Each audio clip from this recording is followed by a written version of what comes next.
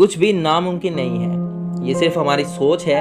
आज मैं आपको साबित करके दिखाऊंगा कि नामुमकिन जैसा लफ्ज इस दुनिया में होता ही नहीं। इंसान कभी भी चांद पर नहीं पहुंच सकता, ये दुनिया साइंस की आखिरी हद है। डॉक्टर ली डी फॉरेस्ट एक बहुत बड़े साइंटिस्ट गुजरे। एक स्टेटमेंट उन्होंने पास किया 1955 के अंदर कि इंसान कभी भी चांद पर नहीं पहुंच पाएगा। It is impossible for a human being to cross earth globe. और ये दुनिया साइंस की आखिरी हद है। लेकिन किसी बहरे ने यह सुना नहीं और पहुंच गया एक आदमी चांद पर 1969 में, जिसका नाम था नील आर्मस्ट्रॉन्ग। और उसके बाद तो स्पेस जर्नी ऐसी हो गई जैसे मैं और आप किसी दूसरे शहर या मुल्क चले जाएं। लॉर्ड कैल्विन बहुत बड़े साइंटिस्ट गुजरे, उनका स्टेटमेंट आया कि सिर्फ परिंदे ही हवा में उड़ सकते हैं। हवा से भारी मशीन का हवा में उड़ना नामुमकिन है। इट इज इम्पॉसिबल कि हवा से भी भारी कुछ हो और वो हवा में उड़े, क्योंकि ग्रेविटी उसको गिरा देगी। लेकिन तमाचा मारा इन लोगों ने, तमाचा मारा और लिख के दिया कि हमने साइकिल के स्पेयर पार्ट से इंसानों को परिंदा बना दिया।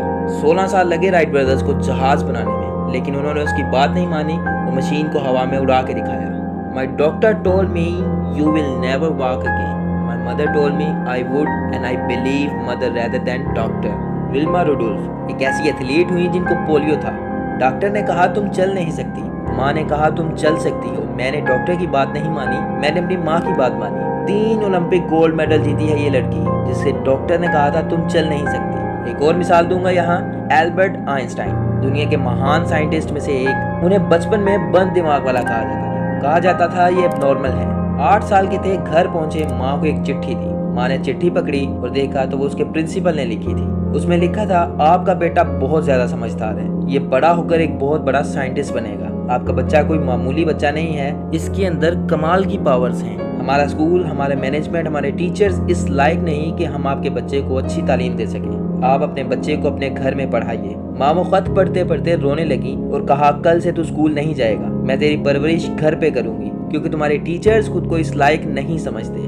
बच्चा खुश हुआ, मोटिवेट हुआ और लग गया अपनी स्टडीज में। उसकी माँ का इंतकाल हो गया और एल्बर्ट आइंस्टाइन एक बहुत बड़े साइंटिस्ट बने। और एक दफा अपना मकान शिफ्ट कर रहे थे, वो अपनी जिंदगी का सच्चा वाकया ऑटोबायोग्राफी में लिखते हैं कि जब मैं मकान शिफ्ट कर रहा था तो एक ड्रॉअर के अंदर से व्हाइट कलर का पेपर फोल्डिंग हालत में मिला। मुझे समझ नहीं आया कि ये क्या है।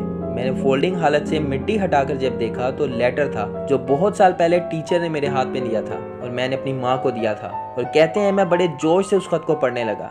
जैसे ही उन्होंने खत पढ़ना शुरू किया वो ज़ारों कतार रोए। उसमें लिखा था कि तुम्हारा बच्चा बेवकूफ़ है, ये हमारे स्कूल के लायक नहीं, उसको आज के बाद हमारे स्कूल में मत भेजना, उसकी परवरिश खुद किया करो। माँ ने उल्टा पड़ा कि नहीं, ऐसा नहीं है, तू सब कुछ कर सकता है, तेरे पास पावर्स हैं, यू कैन डू वंडर्स। दोस्तों इस दुनिया में किसी की बात मत सुनना, नेवर एवर बोलना तू नहीं कर सकता, मैं करूंगा, बिकॉज नथिंग इज इम्पॉसिबल। आज की वीडियो आपको पसंद आई तो लाइक और शेयर कर दीजिएगा और चैनल पर नए हैं तो सब्सक्राइब कर दें ताकि आने वाली वीडियोस की अपडेट आप तक आ सके।